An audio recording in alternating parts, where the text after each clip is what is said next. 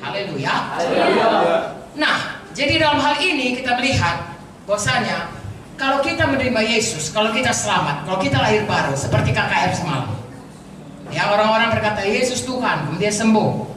Ya, kalau ada yang terikat narkoba, bebas, saudaraku. Saya melihat banyak orang yang tadinya narkobaan, sekarang sudah jadi hamba Tuhan. Ya, yang tadinya dia adalah keluar masuk penjara, ya, sekarang dia sudah jadi hamba Tuhan. Tadi yang preman di jalanan, sudah dipakai Tuhan sampai kemana-mana.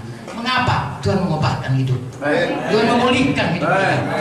Nah, itulah yang seharusnya terjadi. Sebab kalau hanya mengampuni dosa, Tuhan hanya mengampuni dosa, maka berarti begitu kita selamat sudah diampuni dosa, dan tidak ada lagi yang harus kita lakukan kecuali bersyukur mengampuni dosa. Sebenarnya kita mati aja lah terus, karena begitu sudah selamat kan sudah diampuni dosa. Tapi kenapa kita masih dibiarkan Tuhan ada di dunia ini? Tentunya ada maksud Tuhan. Apalagi di dunia ini bukannya enak kali ya kan, kalau dilihat cerita dari kita, lebih enak di sorga kan. Kenapa kita tidak begitu selamat langsung dipanggil Tuhan, cuk, kan bisa dibuat Tuhan, mati kita dapat sorga? Karena ada maksud Tuhan dalam hidup kita, ada rencana Tuhan, dan itulah yang harus kita temukan dan harus kita kejar dan harus kita penuhi. Kalau tidak, saudaraku, sayang. Ya, 70 tahun, 80 tahun Tuhan berkata kepada manusia, ya, kalau bisa lebih lagi, saudaraku, ada yang sebelum itu, tapi seberapapun itu, apalagi kalau Tuhan Yesus datang, kita bertanggung jawab untuk memakai hidup kita, menyampaikan maksud Tuhan bagi kita, pribadi lepas pribadi. Amin. Haleluya. Secara keseluruhan, kita sebagai gereja Tuhan ada rencana Tuhan. Secara pribadi pun ada rencana Tuhan. Secara keluarga pun ada rencana Tuhan.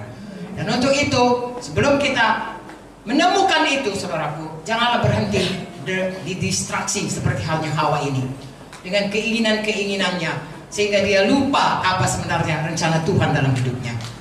Rencana Tuhan dalam hidupnya adalah untuk hidup kekal bersama Tuhan, tetapi dalam kepatuhan mutlak. Tapi dia lupa itu, lalu dia dengarkan. Kita pun sekarang ini bisa begitu. Ya, ada rencana Tuhan, kita sudah selamat, kita sudah anak Tuhan, kita sudah sembuh, kita sudah kaya, kita sudah diberkati, dan lain sebagainya. Ada rencana Tuhan.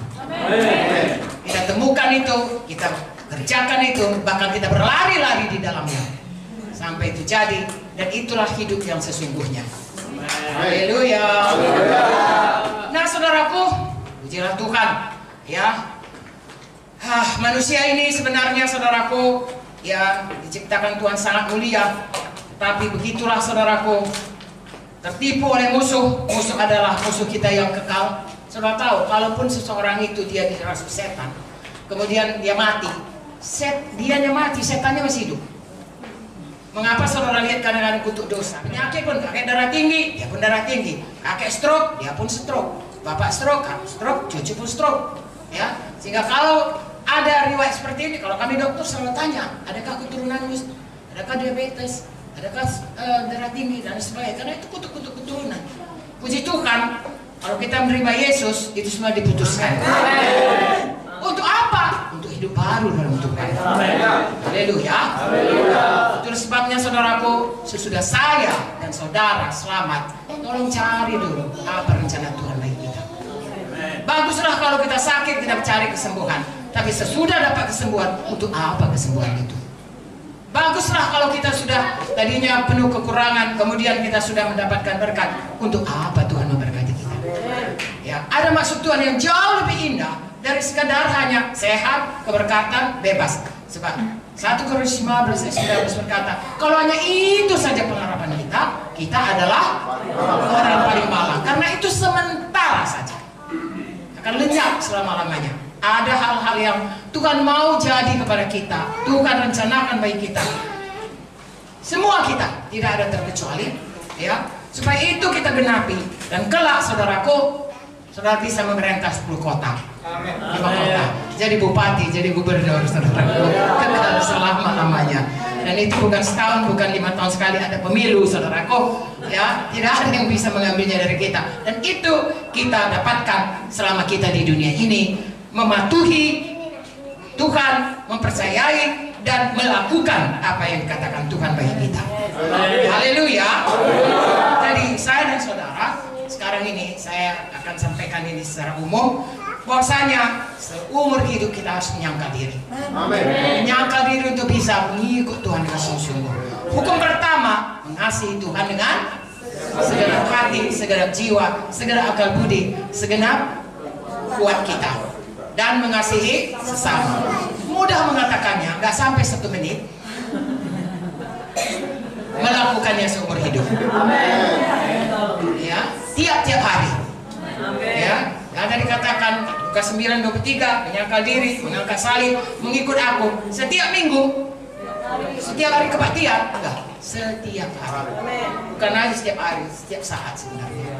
Setiap saat saya dan saudara harus seperti carang yang lengket kepada Tuhan.